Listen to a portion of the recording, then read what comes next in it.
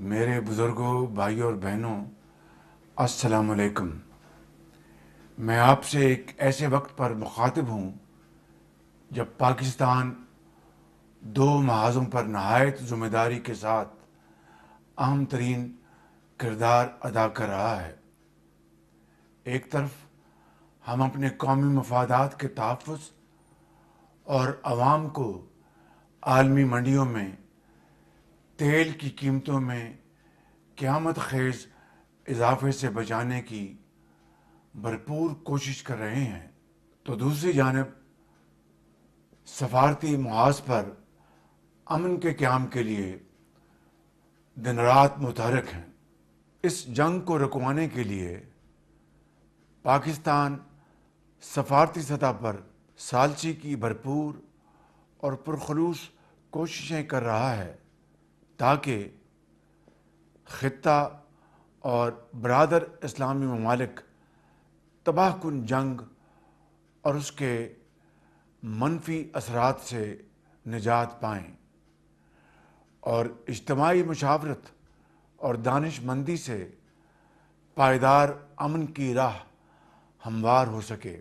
میرے بھائیوں اور بہنوں، پاکستان کی سفارتی کوششیں محض ایک بین الاقوامی سفارتی ذمہ داری نہیں، بلکہ خالصتاً اللہ تعالیٰ کی رضا اور امت مسلمہ کے بہترین مفاد کے لیے ہیں۔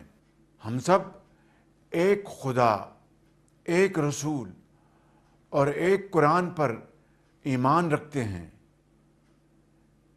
اس لیے خواہ کوئی کسی بھی مکتبہ فکر یا مسلک سے تعلق رکھتا ہو، بطور مسلمان سب کے دل میں امن کی تمنا یکساں ہے۔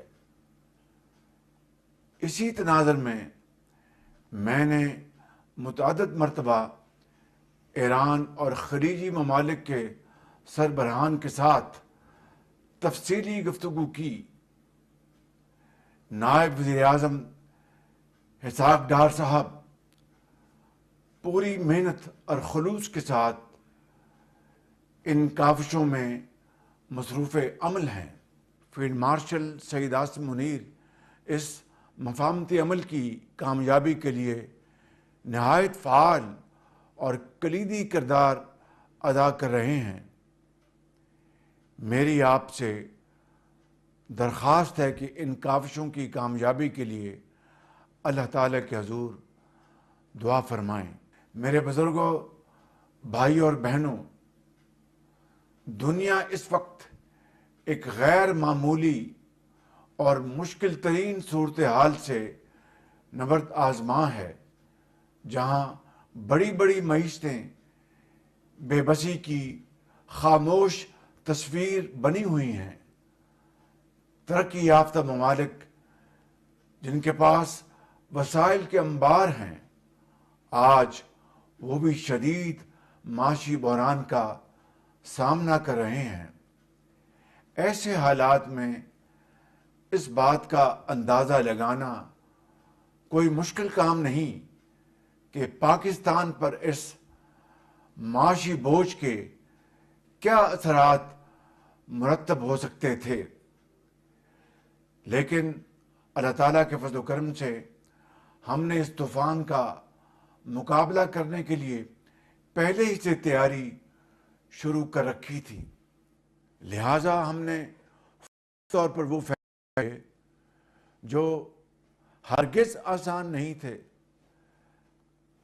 ترقیاتی منصوبوں کے لیے مختص بجٹ میں 100 ارب روپے کی کٹوتی اور سادگی اور کفایت شعاری کی مہم سے ایک ایک پیسہ بچا کر اربوں روپے عام آدمی پر معاشی دباؤ کم کرنے کے لیے وقف کر دیے، تاکہ تاریخ کی اس مشکل گھڑی میں جہاں تک ممکن ہو سکے آپ کی حکومت عوام کو ان مشکلات سے بچانے کے لیے حد المقدور وسائل آپ کے قدموں میں نچھاور کرے۔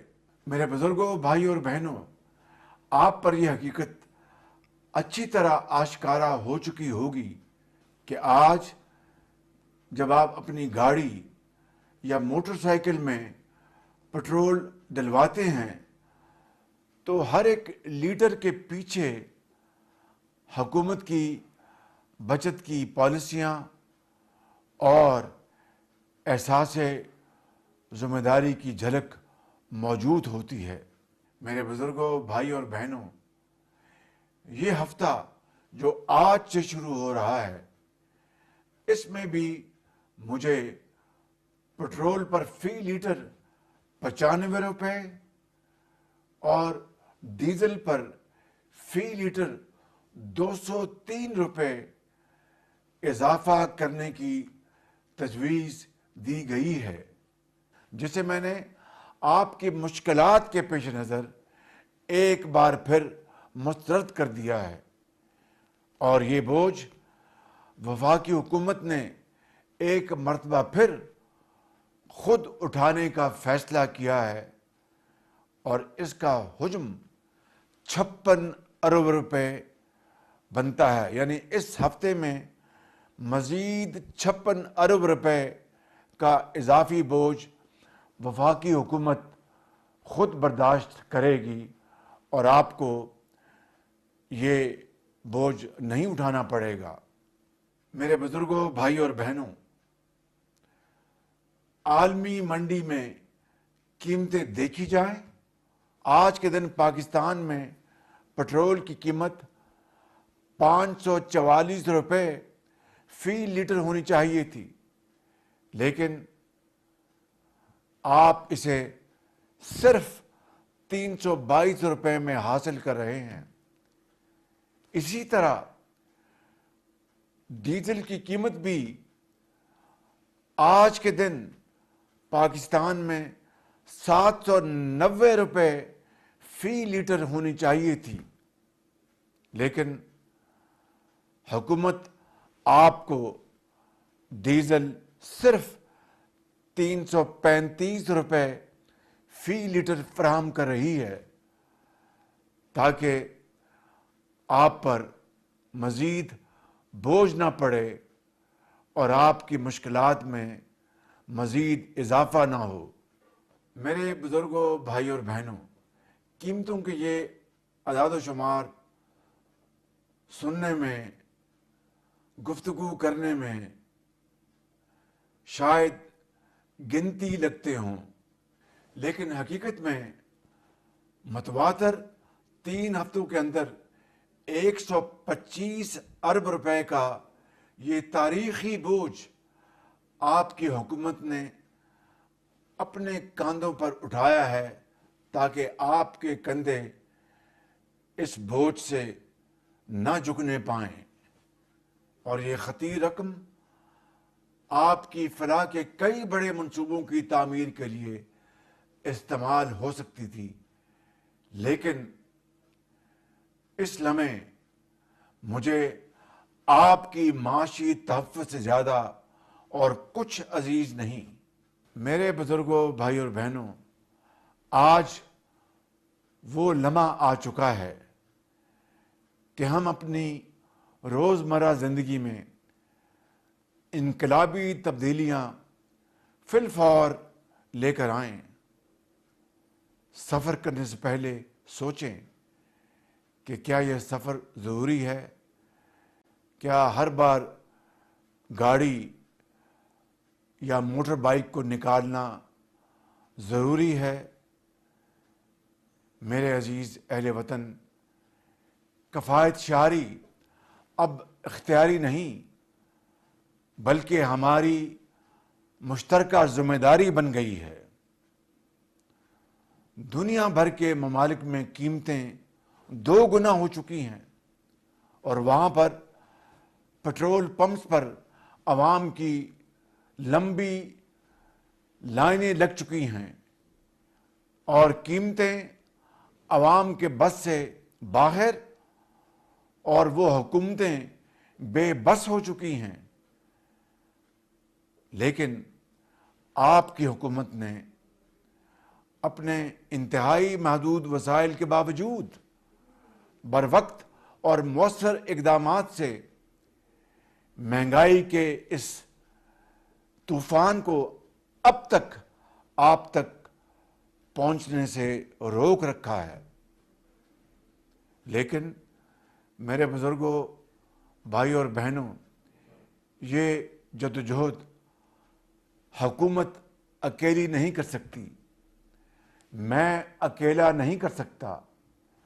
لہٰذا آج میری آپ سے ایک ہمدرد کے طور پر پرخلوص درخواست ہے کہ اس مشکل وقت کا مقابلہ کرنے کے لیے جو جامع منصوبہ ہم بنا رہے ہیں، اس میں بھرپور تعاون کرے، جس کا اعلان انشاءاللہ آئندہ چند دنوں میں کیا جائے گا۔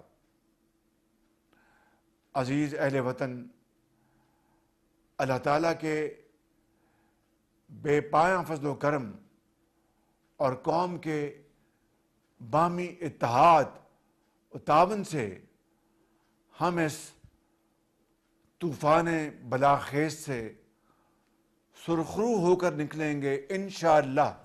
اللہ تعالیٰ ہمارے وطن کو تا قیامت عزت اور وقار کے ساتھ سلامت رکھے اور امن کی کوششوں میں پاکستان کو کامیابی عطا فرمائے۔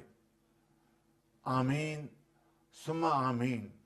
جب اپنا قافلہ عزم و یقین سے نکلے گا، جہاں سے چاہیں گے رستہ وہیں سے نکلے گا، وطن کی مٹی مجھے ایڑیاں رگڑنے دے، مجھے یقین ہے چشمہ یہیں سے نکلے گا۔ پاکستان پائندہ باد۔